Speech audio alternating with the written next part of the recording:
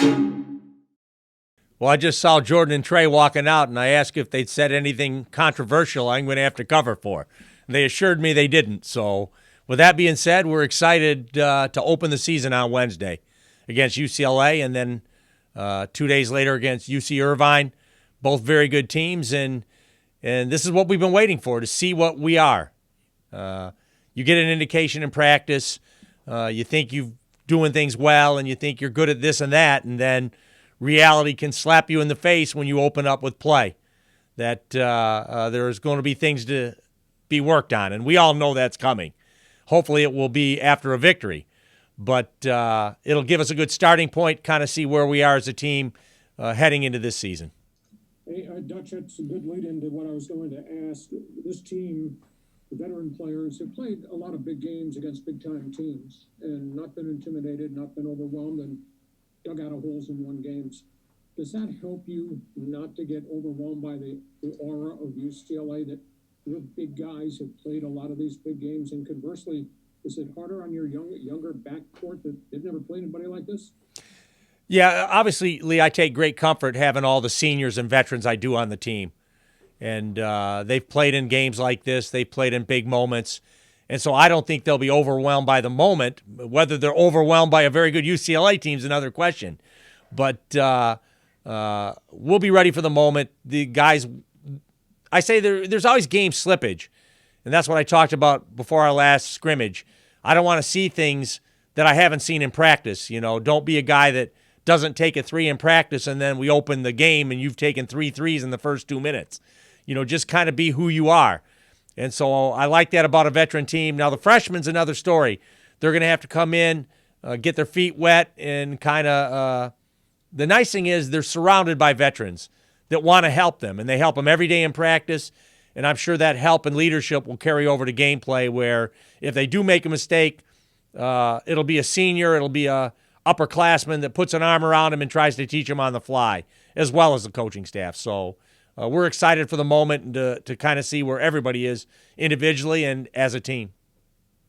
Follow up, in your coaching career here, have you ever opened against anybody with the magnitude of UCLA?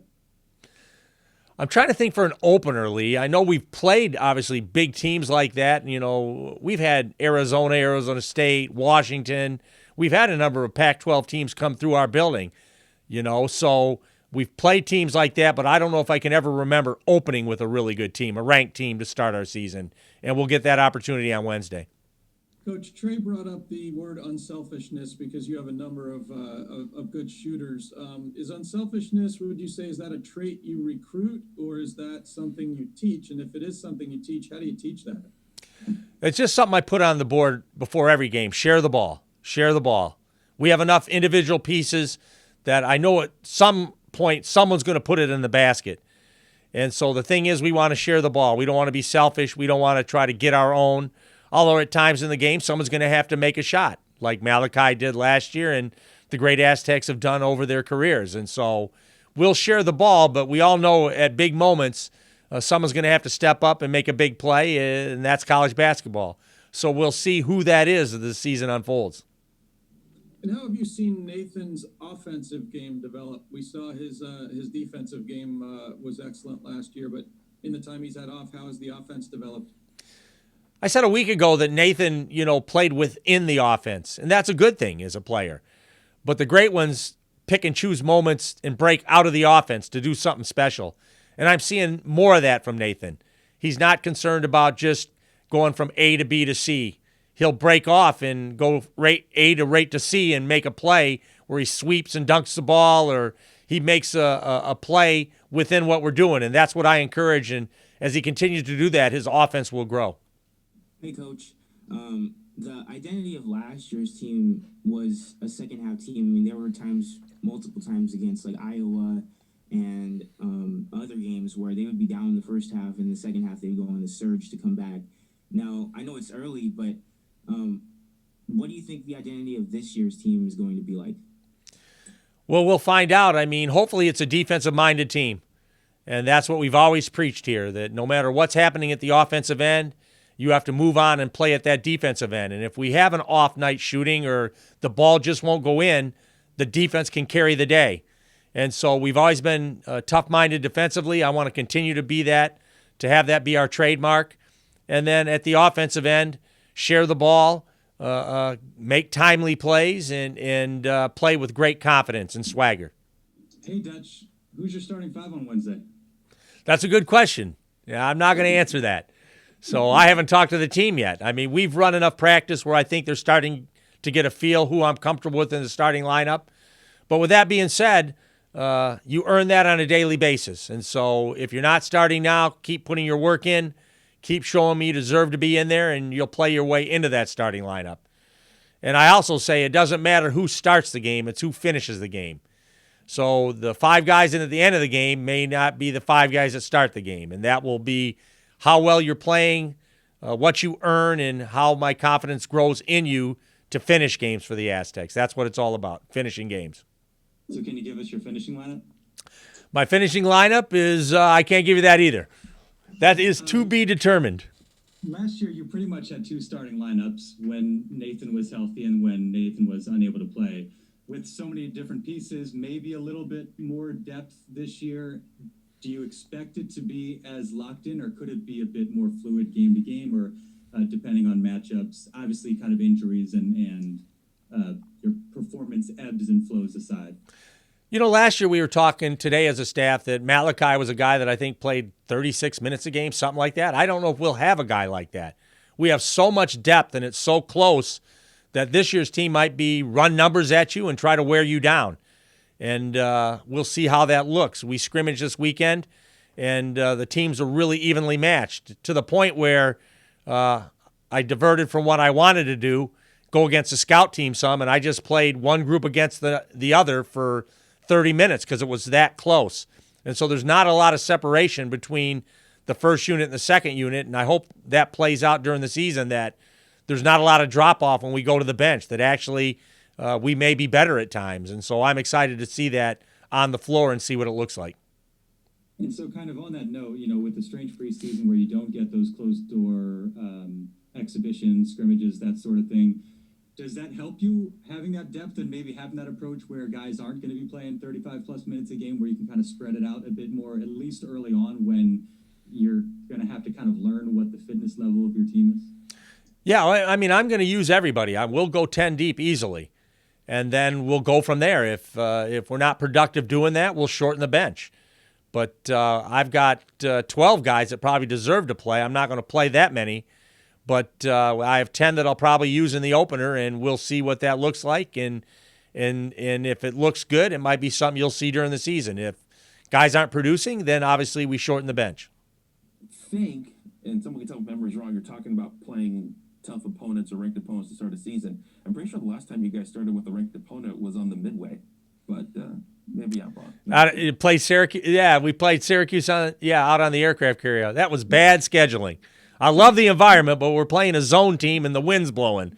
So I don't know if I don't know if we made a jump shot that game, but it was fun to play. That sun, I remember it as murderous as it was 8 years ago. Anyway, I don't think you guys have had a pause in your actions since September, but we know what teams all across the country are going through right now, trying to get practice time in, and we've seen major teams close off games. What's your concern level for getting through the beginning of the season as a whole? I'm concerned with getting through the beginning, the middle, and the end.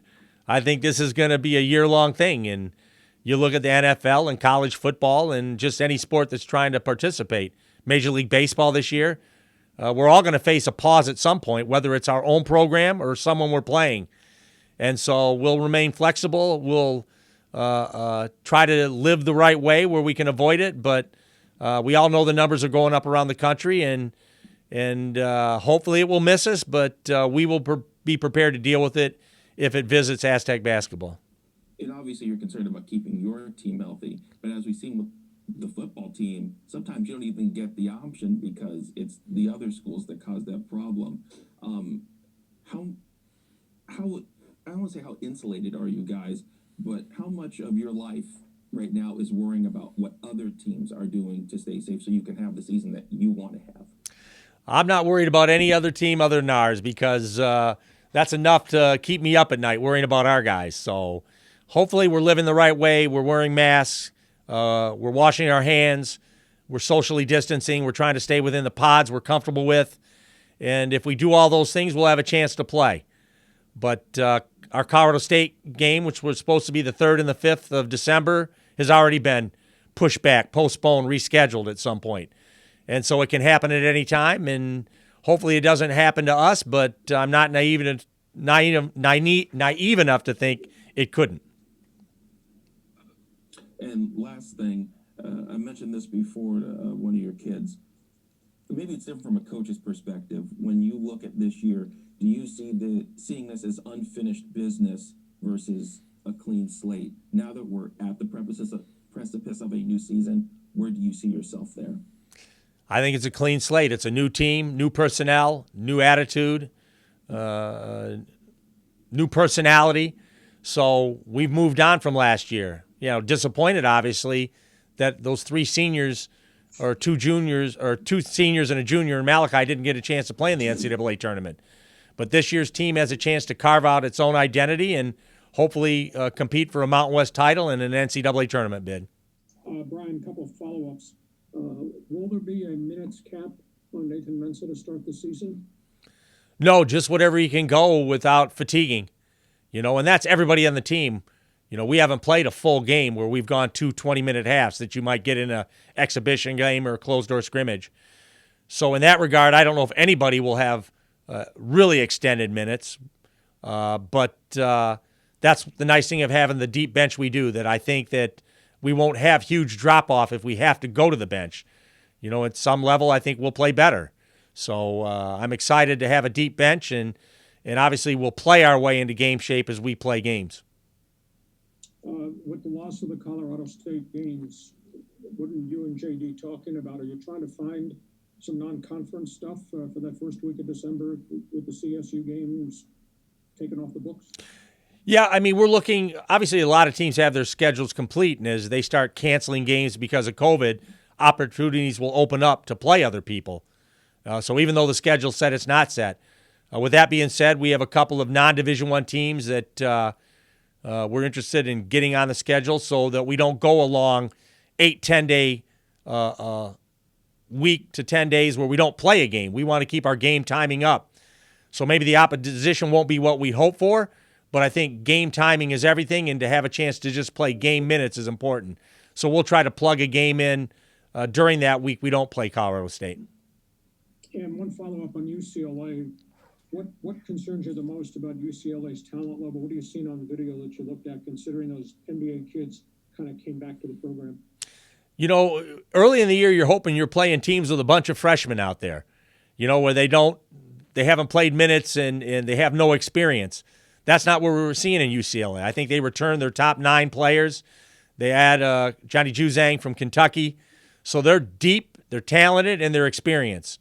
So we will be put to a severe test in the opener, and, you know, I'm looking forward to that. We're not shying away from that. We're excited by that opportunity because we have great experience.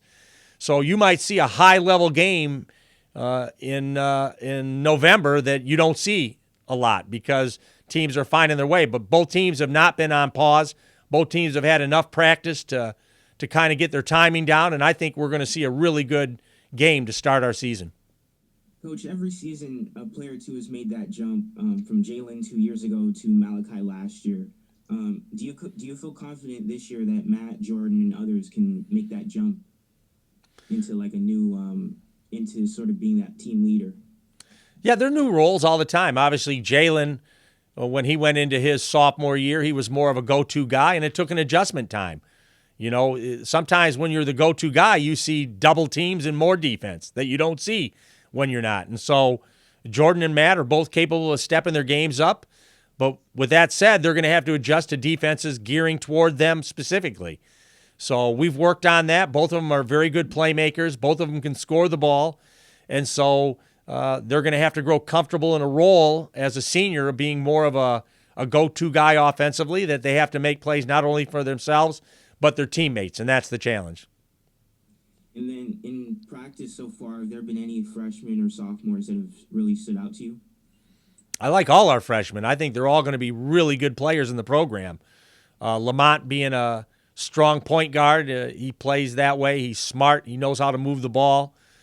Keith Dinwiddie is going to be an elite scorer. He can score now. He scores in practice every day. But he continues to work at the defensive end. And then Che is growing his game. He's slowed a little bit with a hip problem, but nothing that's going to keep him down for long. And he's starting to play himself back into shape. So I like all my freshmen. It's just going to be tough for them to carve out minutes with all the veterans I have back. Dutch, so much has been talked about the offensive end this year and what you'll be doing. How good is this team going to be defensively now that Nate and AG are healthy, and then you add two seniors who've been in the program 4 years, and Matt and Jordan? I think the defense has been really good so far. I'm excited to see us go against someone else. Defensively now, we know all our play calls, and so they're playing the plays. You know, when we get UCLA, obviously we'll have a scouting report. We're going to know what they do, but not like we know ourselves. So I'm interested to see how much translates when we go against somebody else. I like the fact we're deep because I think we can survive foul trouble if it comes up. You know, if Nathan gets a couple early fouls, we can go to Josh. And if Josh gets a couple, AG can slide in that spot. Keshad is good. Adam Seiko's an elite defender. Lamont, for a freshman, is a very strong, tough defender. And so we've got good defenders coming off the bench, and those that are starting will be good defenders. So I like the defensive identity of this team. Offensively, last year you relied so much on pick and roll, and I think some people rated Malachi the top screen and roll guard in the entire country last year. So obviously not having him changes some things. Have you figured out, or is it going to take some time to figure out your offensive identity late in the shot clock? Yeah, I think we have to figure out what plays are going to work best at what times in the game. Our set pieces are really good, but the thing I like best about this team is we're playing after the set play's over. There's not that pause where someone has the ball and we're looking around what to do next. This team is really flowing well, so we get from the set play right into our secondary offense, and hopefully that continues in the opening week. But I like our offensive rhythm right now. We're hard to guard, and hopefully that will show itself on Wednesday when we see UCLA. And last thing, San State's been so good over the years at home, and a lot of that is the crowd.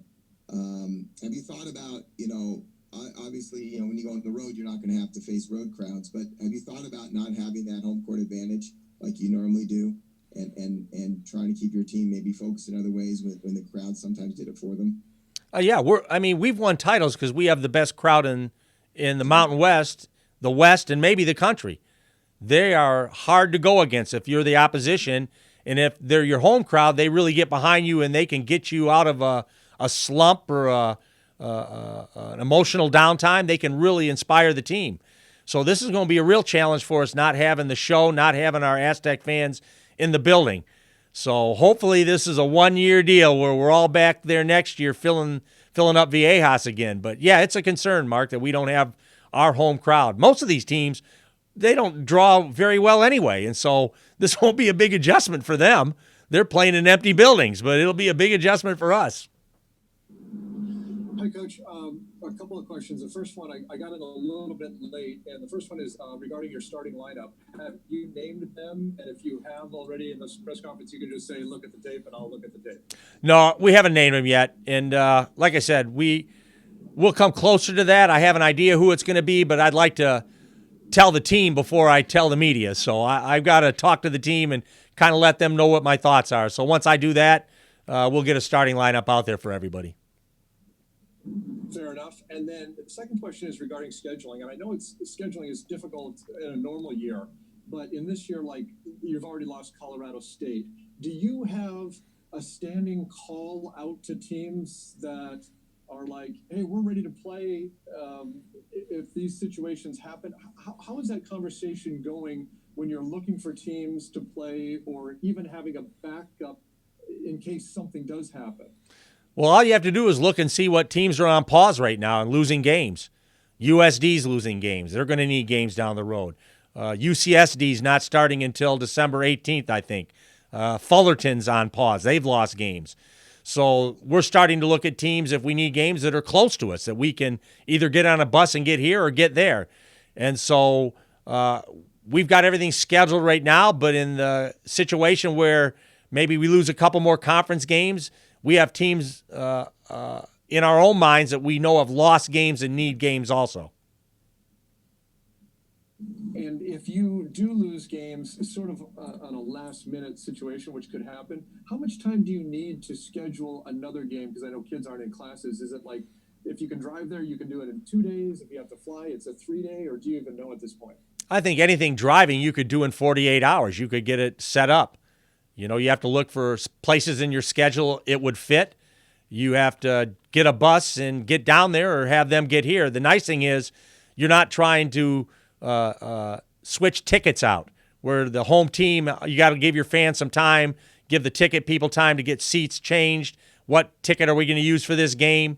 We don't have any of those logistics to worry about. We have to make sure that everybody is tested that week, that we can get officials in that are tested, and that the game management crew can get there for either team. And so those are the logistics. The nice thing is not having to worry about getting fans to change their schedule or getting them tickets to the games. And one other logistic is television, because I know that does play a part in generating revenue at this particular point in time. How much of a concern is getting a TV partner on board for a quick change, or is there at all for you? Yeah, obviously that's a concern, but I think they're flexible too this time. They're switching games, they're switching game times. Whatever tournament they were going to air the first weekend is now changed because they've canceled some of these events. And so they've got to be flexible too. And if they can get a TV crew there and get it set up, they'll put it on. If they can't, then it won't happen. But we just have to give them the opportunities and say, here's what we're doing. You got 48 hours. If you want to put this one on, we're playing it. And then maybe they adjust the time it's played. But I think that's the best we can hope for in these situations as far as TV games that are trying to broadcast rescheduled games. Dutch, how good of a job did Mick Cronin do a year ago when you watched that team on film from where they started to where they finished? I didn't watch any of the start. We all know they struggled at the start, but I didn't watch any of that game tape because we know that's not the team we're playing. We're playing the team that finished last year and making the next jump forward. And so I watched their last 5 games of the season, and they're playing good basketball. They've got talent.